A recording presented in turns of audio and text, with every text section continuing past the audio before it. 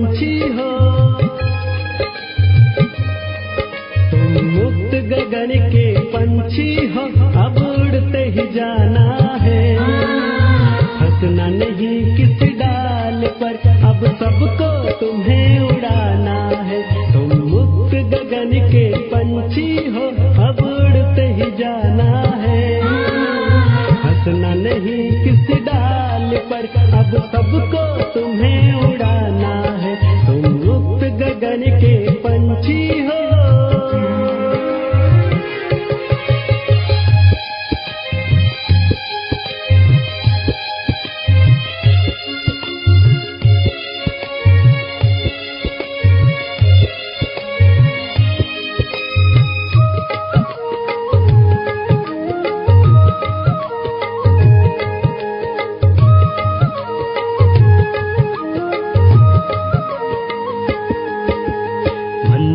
तेरे करीब है, राही तुझको थकना नहीं, कितने आए आंधी तूफान, पल भर तुमको रुकना नहीं।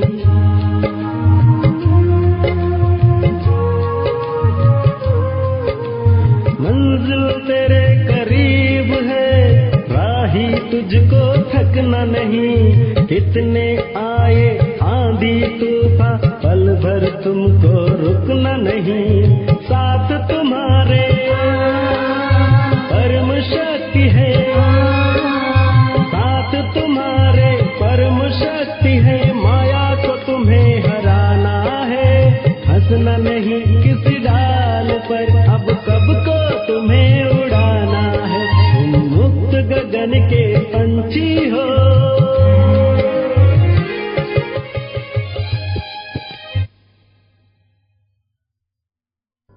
ओम शांति।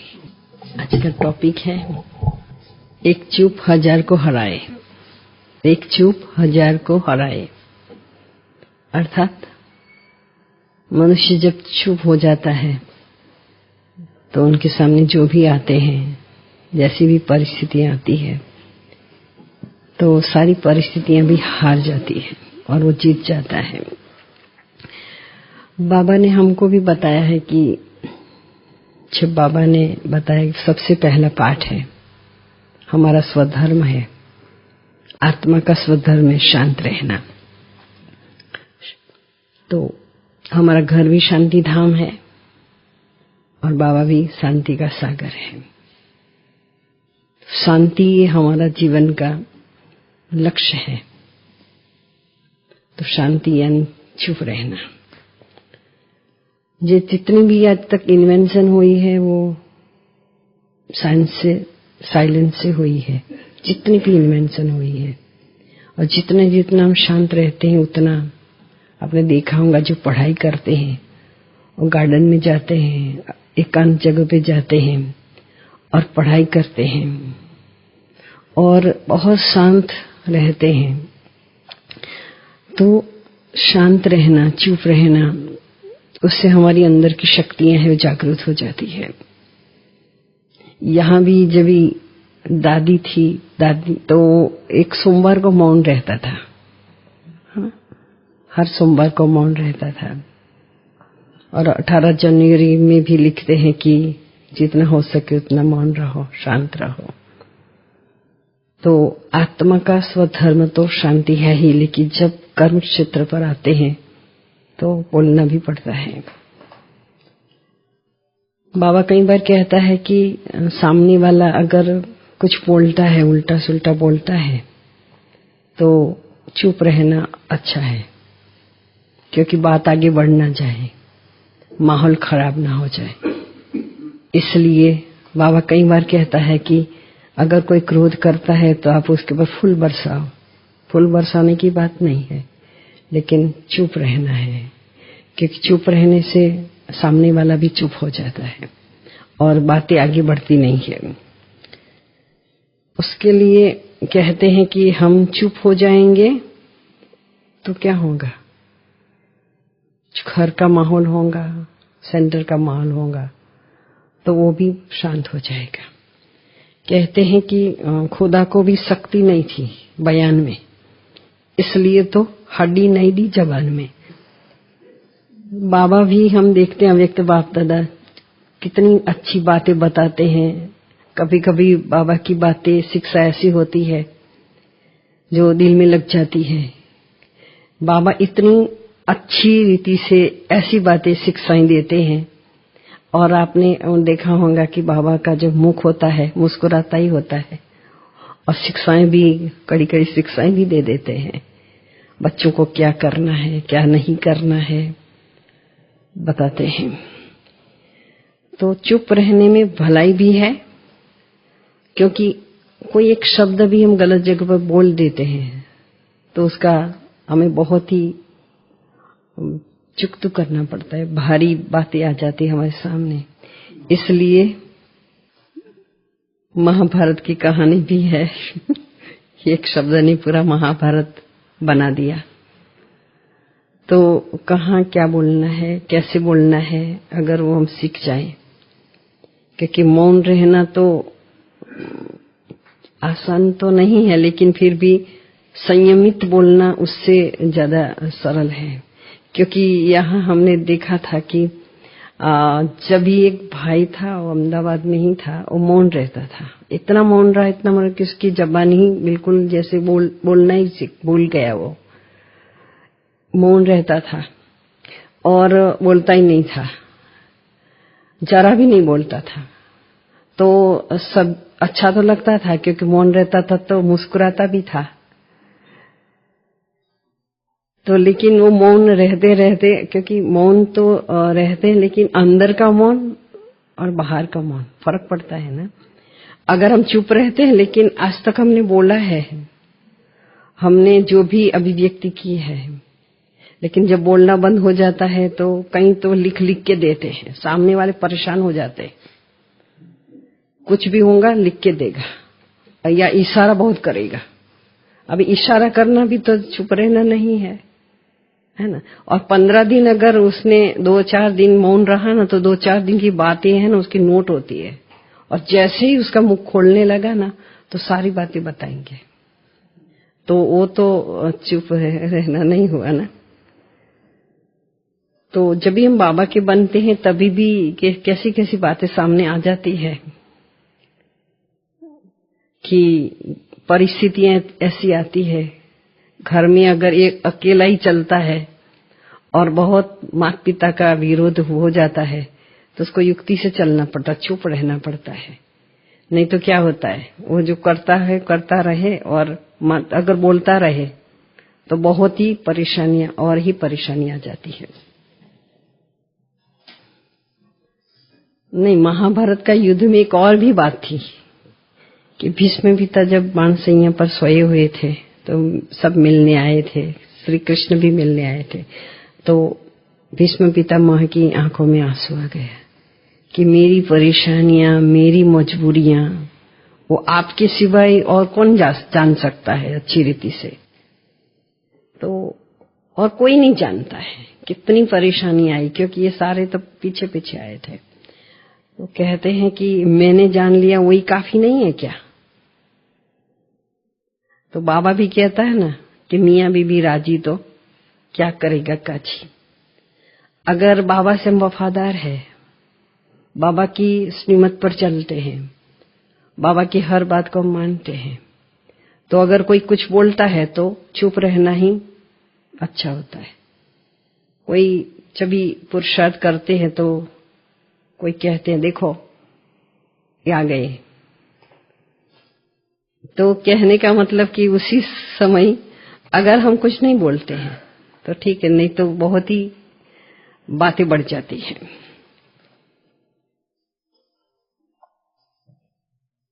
एक कहानी है कि वो तो सबने सुनी है कि एक घर में बहुत झगड़ा होता था, रोज ही झगड़ा होता था, पति पत्नी का बहुत झगड़ा होता था।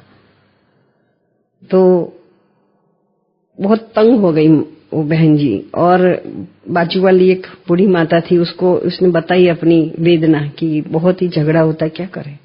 बोला मैं आपको एक दवाई देता हूँ, और दवाई है जब भी झगड़ा हो ना उसके पहले 5 मिनट पहले आपको लगता है कि हो रहा है, होने वाला है, तब जब तक पूरा ना हो जाए तब तक ये दवाई मुख में रखना। तो उसने बोला ठीक है। तो पहले दिन बहुत खुश हो गई है, तो क्योंकि उसने कुछ बोला ही नहीं, शुरू तो हुआ लेकिन बोला नहीं। दूसरे दिन भी उसने ऐसा ही किया, तीसरे दिन भी ऐसा ही किया और खुश हो गई कि दवाई तो बहुत अच्छी काम कर रही है।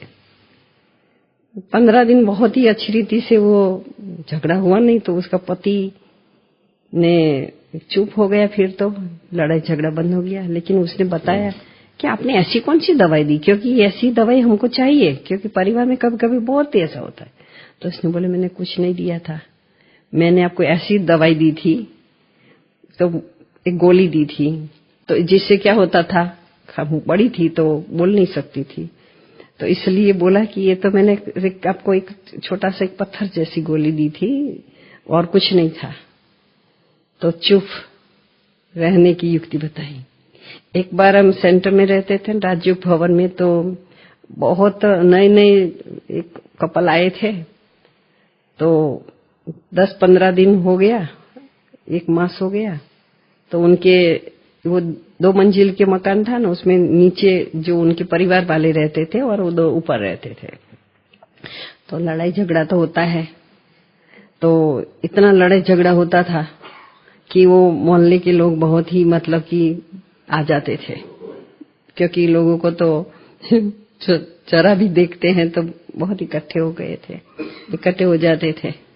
तो नीचे वाले जो थे ना, उनके परिवार वाले, उनको लगा कि ये बहुत कितने 1-2 माह से जाते हैं तो उनको मिलना चाहिए। तो वो आए सेंटर पर, तो मुझे दीदी ने बोला देखो ये आए हैं।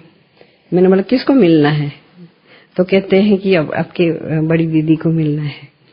तो दीदी ने बोला बुलाओ उसको। तो उसी समय मैं बाजू में ही बैठती थी, तो उसको बोला कि क्या है? बोला बहुत लड़ाई झगड़ा हमारे जो होते हैं ऊपर, जो आपके स्टूडेंट है यहाँ आते रहते हैं, 2-4 मास हो गया, लेकिन गुस्सा बंद नहीं हुआ, लड़ाई बहुत करते हैं।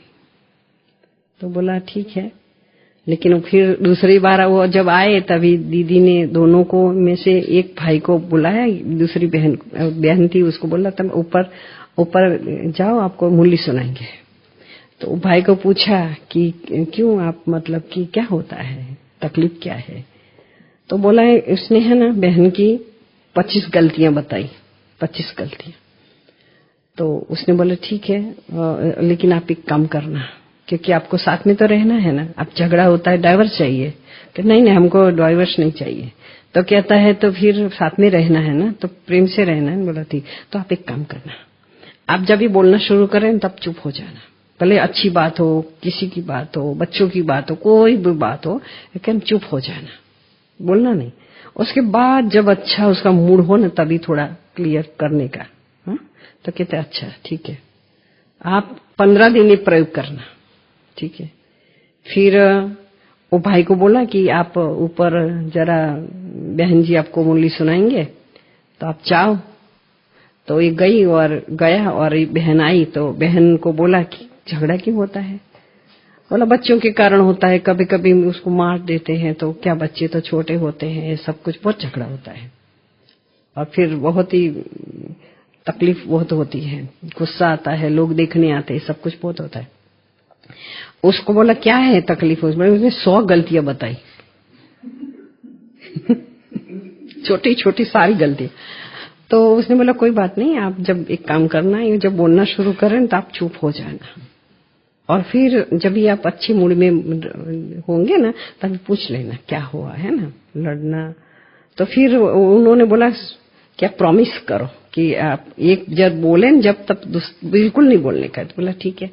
तो फिर दोनों जब गए, तो दोनों ने बराबर प्रतिज्ञा करवाई थी, दीदी ने अलग अलग करवाई ना।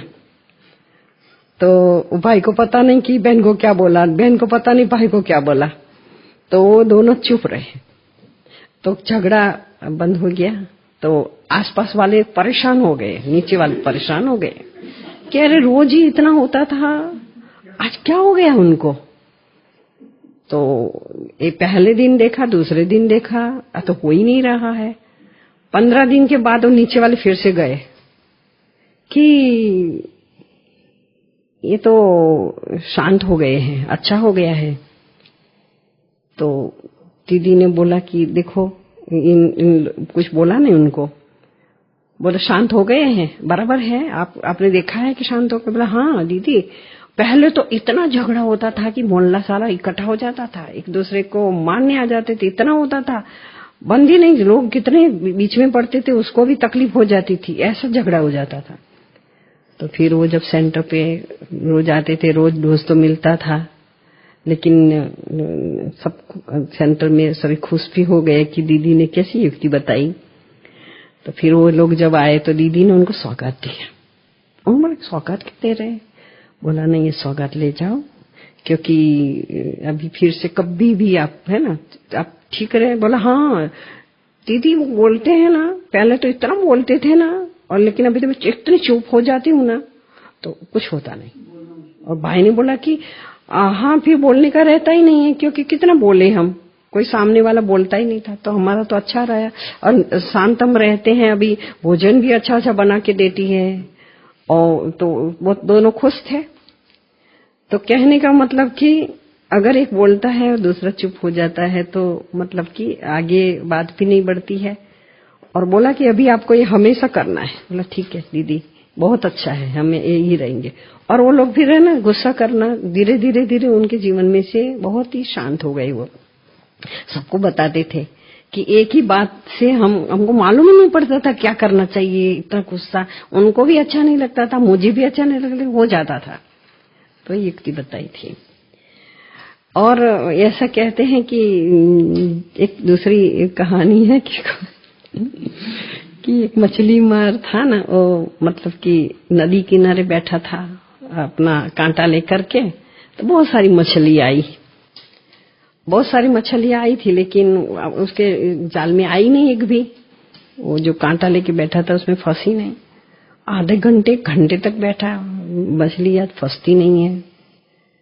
फिर वापिस चला गया, दूसरे दिन दूसरे किनारे पर गया, वहां भी मछलियां तो होती थी, लेकिन कोई मछली आई नहीं। तो एक भाई था ना, वो दूर से देखता था, क्या 3-4 दिन से बेचारा आता है ना, तो उसके पास नहीं आती मछलियां, फंसती नहीं है। बोला क्या करूं, क्या खिलाऊं घर वालों को, मछली फंसती नहीं है। तो बोला देखो आपको बताऊं, यहाँ एक संत आया था, तो संत आया था ना, वो इतना सबको है ना मौन का महत्व समझा रहा था, और इतना अच्छी रीति से बताता था, तो लोग चुप हो जाते थे। और बहुत इसका प्रभावशाली इतना ये था कि मछलियां जो थी वो भी चुप रहती थी, इतना प्रभाव उसके ऊपर आ गया था। तो उनको अभ्यास हो गया है ना मुख नहीं खोलने का, तो मुख खोलेगा तो कांटा से बाहर निकलेगी ना, इसलिए।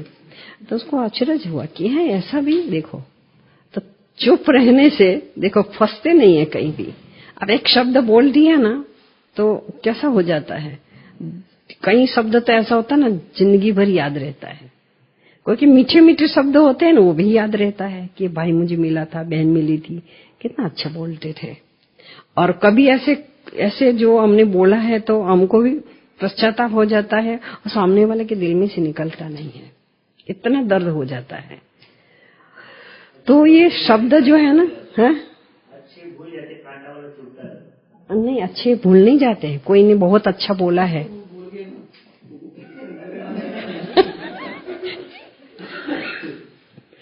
तो मतलब कि भूलना मुश्किल होता है। जब भी उसको देखेंगे तो बात याद आती है कि ये देखो मुझे कैसा बोला था, ये है ना, आता है कि नहीं। और किसी ने बहुत प्यार से बोला, वो भी याद आता है। जब भी देखो मीठा मीठा बोलते हैं, अच्छा बोलता है, तो व्यक्ति अपने को प्यारा लगता है, उससे बात करने का मन होता है। और जो ऐसे जैसे वैसे टॉन्टिंग करते हैं ना, हम उससे बहुत दूर भागते हैं, भाई इसके साथ तो बात ही नहीं करनी है, क्योंकि उसको बोलने का ढंग ही नहीं है। तो इस ज्ञान मार्ग में चुप रहना, ऐसा मतलब ऐसा नहीं कि चुप ही रहना है। एक घर में है ना, तो थोड़ा आग लगनी शुरू हुई, तो वो उसने है ना मौन रखा था। उसके साथ एक बच्चा था, 2 साल का था, बोलता नहीं था बराबर वो भी। तो आग लगी, अभी क्या करे, मौन रहना है, बराबर लिख करके रखा था कि कभी बोलना नहीं है। वो बच्चा है ना बोल नहीं सकता, लेकिन बोलता था ये हो रहा है, बोला चुप चुप, उसको बोलता। कहां से आग लगने लगी, इसकी पत्नी आई, बोला क्या कर रही हो आप, ऐसा चुप रहना होता है क्या। तो चुप रहना, कहाँ चुप रहना है, कहाँ बोलना है, कैसा बोलना है, क्या बोलना है, अगर हम उसकी थोड़ी थोड़ी समझ आ जाए ना तो कोई परेशानियां नहीं रहती है जीवन में। इसलिए एक बार क्या हुआ कि चुप रहने के लिए, चुप दो प्रकार का है, एक तो अंदर का है, एक बाहर का है। बाहर का चुप रहना थोड़ा सहज भी है। बाबा ने कहा है कोई कुछ करता है तो आप वहां से खिसक जाओ, लेकिन अंदर तो चलता है कि इसने मुझे ऐसे बोला है, अंदर तो रहता है। तो जब बाहर का हम चुप रहते हैं तो भी बहुत सारी बातों से बच जाते हैं। कौन सी बातों से बच जाते हैं हम? एक तो हम है ना, तो हमारा किसी से परचिंतन नहीं होता है क्योंकि हम चुप है। दूसरा है हम झूठ नहीं बोल सकते क्योंकि चुप है। किसी ने बोला है हम ऐसा ठीक है कि नहीं, तो हम नहीं बोल सकते हैं। तो जो मुख का मौन है उससे भी बहुत फायदा है, क्योंकि मुख का मौन धीरे धीरे हमको अंदर का मौन की तरफ ले जाता है। और अंदर का जो मुख का मौन है लेकिन मन का नहीं होता है, तो क्या होता है कि जब चुप रहे ना, बहुत सारे संकल्प आते हैं, हमारी स्थिति को बिगाड़ देते हैं। कहीं कुछ हुआ, बोलने का अभ्यास है हमको, साक्षी बन करके हमको अभ्यास नहीं, तो क्या होता है हमको अंदर से बहुत ही संकल्प चलता है लेकिन बोल नहीं सकते हैं। तो मन का मौन भी बहुत जरूरी है। लेकिन बाबा ने हमको सिखाया है कि जो मन का मौन रहते, उसके साथ बाबा ने युक्तियां भी बहुत बताई है ना। जो मूल्य है, हम पढ़ते हैं, अच्छी अच्छी बातें सुनते हैं, तो हमारा फिर वो विचार, मन का जो मौन है उसका सुख हम ले सकते हैं। बाकी लोग अगर मौन रहते हैं तो उसको इतना सुख नहीं मिलता है। अध्ययन करते हैं लेकिन बाबा की युक्तियां ही बहुत अच्छी अच्छी हैं कि आप देखो, बहुत मनन करते रहेंगे तो आपकी, जैसे एक्सरसाइज करते हैं तो शारीरिक एक्सरसाइज करते हैं तो शरीर मजबूत हो जाता है। तो इसलिए बाबा ने देखो ड्रिल सिखाई, कितने प्रकार की ड्रिल सिखाई है, बहुत सारी ड्रिल सिखाई है। जो हम शांत रहते हैं तो कोई ना कोई ड्रिल करके हम अपने को पॉजिटिव की तरफ रखते हैं, है ना। दूसरा है कि वो जो चुप रहना अच्छा है और अंदर का मौन तो बहुत ही अच्छा है, उससे हमारी स्थिति बहुत ही अच्छी बनती है। अव्यक्त बाबा कहते हैं ना, मेरे समान बन जाओ। बाबा कहता है ना, बाबा ने कहा है कि दो बाबा को फॉलो करो। एक तो ब्रह्मा बाबा को उन्होंने जो उच्चारण किया है और आचरण किया है उसको, और शिव बाबा को निराकारी रीति से अभ्यास करो। लेकिन शिव बाबा भी अव्यक्त वाणी में बहुत कुछ सिखाया है। और अभी ड्रिल का इतना इम्पोर्टेंस है कि हम जब जितनी भी ड्रिल्स करते हैं तो हमारा समय भी पास हो जाता है। हमें समय बहुत ही कम पड़ता है कभी कभी कि ये एक्सरसाइज बाकी रही है, एक्सरसाइज बाकी रही। तो मन का मौन भी हम अच्छी तरह से कर सकते हैं। और जितना जितना मनन करते रहेंगे उतने उतने हम शक्तिशाली बनते जाएंगे। और हमारी ये जो एक बाबा ने कहा ना कि आपको कर्मातीत तो बनना ही है। कर्म करते हुए, कर्मातीत मतलब कर्म करते हुए हमारे कर्मेंद्रियों से हम अतीत हो जाए, वो अभ्यास करना है। अभी एक बार क्या हुआ कि एक राजा था ना, तो गुरु के पास गया। उनको बोला कि आप है ना, तो मुझे वरदान दो, मुझे आशीर्वाद दो, मुझे संतान नहीं है, मुझे संतान चाहिए। तो उसने उसको देखा, बोला कि आपके भाग्य में है ना संतान है ही नहीं, इसलिए मैं वरदान नहीं दे सकता हूँ और कुछ भी नहीं दे, आशीर्वाद भी नहीं दे सकता, क्योंकि भाग्य में है ही नहीं। क्योंकि त्रिकालदर्शी था तो उसको मालूम पड़ता था। तो बहुत साधु पहुंचा हुआ था, मतलब सिद्धि वाला था, लेकिन उसने बोला मैं कुछ भी नहीं कर सकता आपके लिए। तो राजा को बहुत दर्द हुआ, राजा रोते रोते बाहर आया। वो वहां एक शिष्य था उसका, उसने राजा की आंखों में आंसू देख लिया। बोला क्या हो गया? बोला मुझे है ना तो बहुत काफी समय से इच्छा थी, संतान नहीं है, अभी हमारा वंश कैसे चलेगा, इसलिए मैं तो गुरुजी के पास आया, लेकिन मुझे ऐसा बोल दिया। बोला गुरुजी नहीं कर सकता, मैं कर सकता हूँ, क्योंकि वो भी है ना उसके साथ रहते रहते सभी सिद्धियां सीख गया था। उसने बोला कि वो नहीं कर सकता, मैं कर सकता हूँ। तो प्रसन्न हो गया कि अच्छा, बहुत ही खुश हो गया वो। तो बोला आप जो कहो ना वो मैं करूंगा, और मैं है ना तो आपको राज्य का आधा भाग भी दे दूंगा, लेकिन मैं अब जो भी आप कहोगे ना मैं करने के लिए तैयार हूं। उसने बोला कि आपको संतान प्राप्ति होगी। फिर है ना तो वो राजा तो चला गया। उसके बाद शिष्य है ना, वो तो अहंकार था ना थोड़ा, तो आया गुरुजी के पास कि देखो आप जो नहीं कर सके ना वो मैंने किया। उसने बोला कि उसके भाग्य में संतान है ही नहीं, लेकिन तुमने जो वरदान दिया है, क्योंकि तू भी तो मेरा शिष्य है, इसलिए तेरा वचन जो है ना, अगर तेरा वचन ये हो जाएगा झूठा होगा तो मैं भी झूठा निकलूंगा, इसलिए तेरा वचन झूठा नहीं होगा। लेकिन उसके लिए तुमने जो किया है तो उसको संतान तो प्राप्त ऐसे नहीं होगा, लेकिन तुझे ही उसका संतान बनना पड़ेगा। इसलिए अभी तूने मुझे जो बोला ना, तुमको अभी बोला ना, तो अभी तुमको मरना पड़ेगा और उसके पास जन्म लेना पड़ेगा। तो कहता है बोला तो मरा, बोला ना उसने गुरु के आगे जाके। तो फिर वहां उसको संतान हो गया। तो राजा खुश था, इतना खुश था। लेकिन बच्चा था ना, वो छोटा था तो बहुत लालन पालन से उसको बहुत ही अच्छी रीति से किया। लेकिन जब भी 2 साल का हुआ, 3 साल का, वो बोले नहीं, वो चुप, एकदम चुप रहता था। उसने बोला था तू जिस दिन बोलेगा ना उस दिन मर जाएगा, इसलिए बोलता नहीं था। वो बोला ही नहीं। थोड़ा युवान हुआ, थोड़ा बड़ा हुआ तो राजा ने बोला कि ये तो बोलता नहीं है।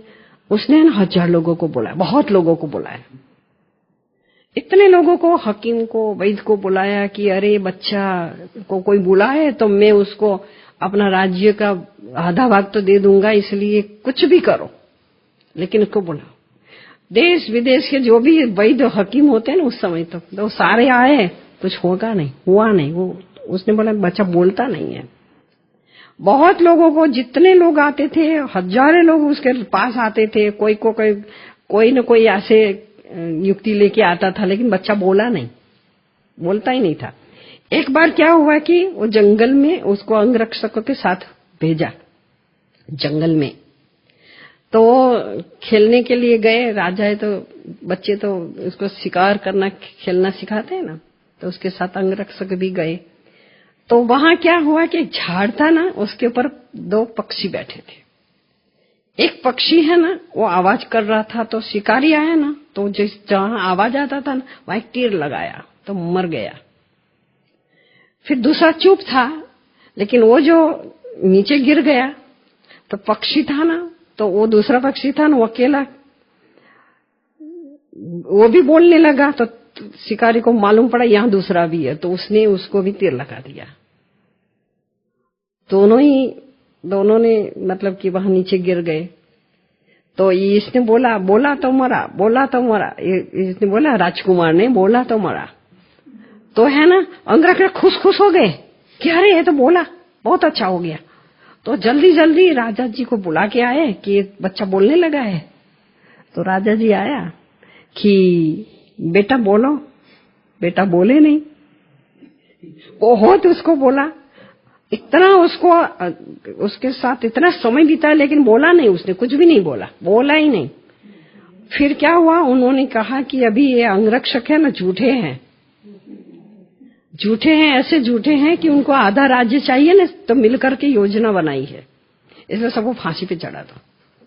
उसने जैसे फांसी पे चढ़ाने का फरमान कर दिया ना, तो फिर वो बोला तो मरा। तो फिर राजा ने कहा कि एक बोला नहीं और बस एक ही शब्द बोलता है, बोला तो मरा, और दूसरा कुछ बोलता ही नहीं है। तो उसने बोला कि तुम क्या बोलते हो? बोला कि देखो कि ये पक्षी था ना, वो चुप था, तब तक तो सेफ था, सलामत था। दूसरा भी बोला नहीं, तब तक तो सलामत था। लेकिन शिकारी ने दोनों को मार दिया, तो बोला तो मरा ना। ऐसे अंगरक्षक बेचारे जो आपको बोलने आए तो बोला तो मरा, इसलिए आपने फरमान कर दिया। अभी मैं है ना, मैं भी कोई आपका बेटा नहीं हूं, वो जो गुरु था ना उसका शिष्य हूं। मुझे भी एक सजा मिली है कि मैं बोला था, गुरुजी ने बोला था कि आपका संतान भाग्य में है ही नहीं, लेकिन मैंने है ना अहंकार बस आपको बोल दिया। और फिर गुरुजी के पास गया तो उसने बोला कि अभी तुमने जो किया है ना वो तेरे को ही भोगना पड़ेगा। इसलिए बोला कि तू जिस दिन बोलेगा ना उस दिन तुम मर जाएगा। तो जिस दिन उसने उसी दम बोलने लगा तो उसको मोक्ष मिल गया।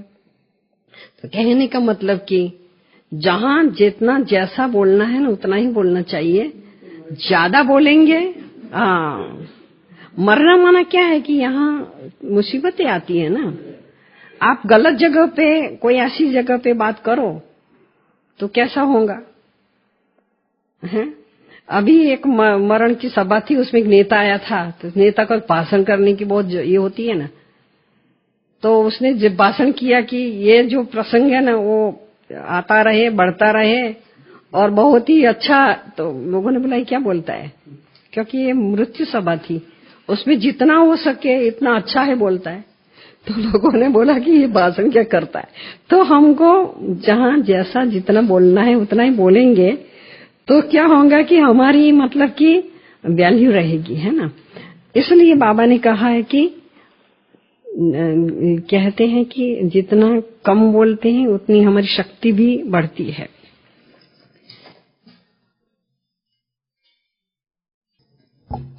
अभी चुप रहने का फायदा तो देखा कि चुप रहने से कितना फायदा होता है। भाई था वो बहुत चुप रहता था, कुछ हो गया तो चुप रहता, बोलता ही नहीं था। लेकिन जब बोलने लगा ना तो ऐसा क्योंकि आवाज नहीं निकलता था, और आवाज नहीं निकलता था तो इस प्रकार से बोलते थे ना जैसे वो कोई स्वाभाविक बोलना भूल ही गया था, ऐसा बोलता था। और इशारा ऐसा करता था ना। और आज भी हमने देखा है कि बोलने से ज्यादा इशारा करता है, बहुत इशारा करता है। तो हमारा ऐसा भी ना हो कि हम चुप रहते रहते हमारी आवाज भी बंद हो जाए और हम ये भी न कर सके। इसलिए बाबा कहते हैं कि बैलेंस बहुत जरूरी, हर बात में बैलेंस। अगर हम बैलेंस रखेंगे तो हम सफल भी हो जाएंगे, सेफ भी रहेंगे। कहते हैं जितना बोलते हैं ना हम सारे दिन में, हम चेक करो कि जितना बोलते हैं ना उसमें से 75% तो व्यर्थ ही होता है। आप अगर देखोगे तो हम जितना बोलते हैं उतना बोलना नहीं चाहिए, लेकिन हम बोलते हैं। जब बच्चा है ना, छोटा होता है ना, बोलना नहीं सीखता है तो उसको उसकी माँ परेशान हो जाती है, उसको पता नहीं जिंदगी भर ही बोलता रहेगा। इसलिए उसको इतना उसको क्या क्या। अभी एक बच्चा था 3-4 साल तक बोला ही नहीं, उसका माता पिता इतना परेशान, इधर डॉक्टर के पास जाएगा इधर डॉक्टर के पास जाएगा कि बच्चा बोलता नहीं है। तो डॉक्टर बहुत होशियार था, अनुभवी था, उसने बोला बोलेगा, क्योंकि जिंदगी भर बोलना ही है ना, बोलेगा, आज नहीं तो कल बोलेगा वो। उसके इसमें कोई तकलीफ नहीं है, हमने सब देख लिया, तकलीफ नहीं है कोई भी। उसकी जो स्वर पेट ये सब ठीक है, बोलेगा। लेकिन माता को इतना परेशान, डॉक्टर तो बोलता है, लेकिन ऐसा थोड़ी 4 साल हो गए बोलता नहीं बच्चा। और 2 साल के बाद बच्चा बोलने लगा, चुप ही ना रहे, जहां चाहे वहां। वो बच्चे को एक बार बोला कि तुम है ना तो अपने घर पे मेहमान आने वाले हैं, 4-5 साल का बच्चा हो गया तो अभी तुम कुछ बोलना नहीं। और कहता है कि नहीं मैं बोलूंगा नहीं। लेकिन उसको बोला कि तुम ऐसा कर, स्कूल में चला जा, मेहमान भले आए लेकिन स्कूल में चला जा, और 10 बजे से वो आएगा ना, 5 बजे तक स्कूल में होता है, तुम जा। मैं आज मैं नहीं जाऊंगा, वो मेहमान आ रहा है ना, इसलिए अच्छा खाना बनेगा ना तो मैं नहीं जाऊंगा। तो फिर वो उससे बोला, देखो इसकी मम्मी ने उसको बताया कि उसके लिए कुछ बोलना नहीं, और इसके नाक के लिए बिल्कुल नहीं कुछ बोलना है, ऐसा बोला, बिल्कुल नहीं बोलने का तेरे को। बोला मम्मी नहीं बोलूंगा। तो इसके लिए खा लिया कि तू प्रॉमिस कर। अभी छोटा बच्चा 5 साल का, तो बोला कि मैं नहीं बोलूंगा, इसका नाक के भी बिल्कुल नाक के बारे में कुछ नहीं बोलना है। लेकिन वो जैसे मेहमान है ना तो कहता मम्मी पापा उसको नाक ही नहीं है, मम्मी पापा उसको नाक ही नहीं। वो तो बहुत बार बोलने लगा ऐसा। तो उसकी मम्मी तो उसको है ना तो मतलब कि सर्जरी कराई होंगी, तो मतलब तकलीफ थी उसको। तो कहते हैं मम्मी मम्मी ऐसा तो मैंने देखा नहीं, इसको वहां ना कि घड़ी घड़ी बोले, वो तो घड़ी घड़ी मेहमान के आगे जाके बोल देखो देखो। तो कहने का मतलब कि तो बेचारा मेहमान बड़ा था, वो मतलब कहीं जाता ही नहीं था। उन लोगों ने बहुत अच्छी रीति से बुलाया था और बहुत ही इसके पोजीशन भी बहुत अच्छी थी। लेकिन एक बच्चा ऐसा बोले, लेकिन उसको कैसा लगेगा, एक बार बोले तो ठीक है, इसको पकड़ के ले जाए तो बार बार आकर के बोले तो तो इसलिए कहने का मतलब कि बोलना सीख गया तो कैसा बोलना सीख गया। तो इसलिए कहाँ बच्चों के साथ कैसे बोलना है, बड़ों के साथ कैसे बोलना है, घर में कैसे बोलना है, पत्नी के साथ कैसा बोलना है, माँ बाप के साथ कैसा बोलना। सबके साथ एक जैसा व्यवहार नहीं कर सकते हैं, सबके साथ एक जैसा बोल भी नहीं सकते हैं। समझ करके बोलेंगे तो सभी जगह पे हम सफल हो जाएंगे, और जो आया वो बोलेंगे तो सभी जगह पे लोग कहेंगे इसको हम इसको सुनना चाहेंगे नहीं। तो हम ऐसा बोले जो हमारा सुनना चाहे लोग, है ना। इतना कम बोले, इतना अच्छा बोले कि लोगों को ऐसा ना कर चुप कर अभी बहुत बोल दिया। ऐसा भी कई बोलते हैं ना, ये भाई को है ना बहनों बोलने की बहुत आदत है, ऐसा बोलते हैं। इसलिए अच्छा बोलना है, जहां जैसी जरूरत है वैसा ही बोलना है, संयमित बोलना है, वाणी का संयम बहुत जरूरी है। ओम शांति।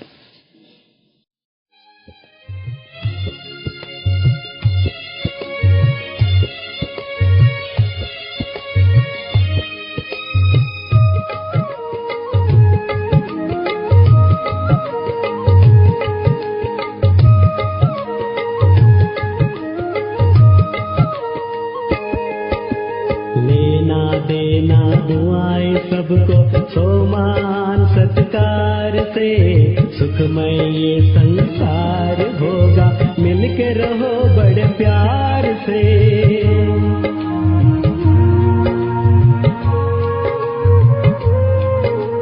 लेना देना दुआएं सबको सोमान सत्कार से, सुखमय ये संसार होगा, मिलके रहो बड़े प्यार से। देवी कुल की शान हो, देवी कुल की शान हो, तुम्हें गिरे हुए को उठाना है, हंसना नहीं किसी डाल पर, अब सबको तुम्हें उड़ाना है। तुम मुक्त गगन के पंछी हो, तुम मुक्त गगन के पंछी हो, अब उड़ते ही जाना है, हंसना नहीं किसी डाल पर, अब सबको तुम्हें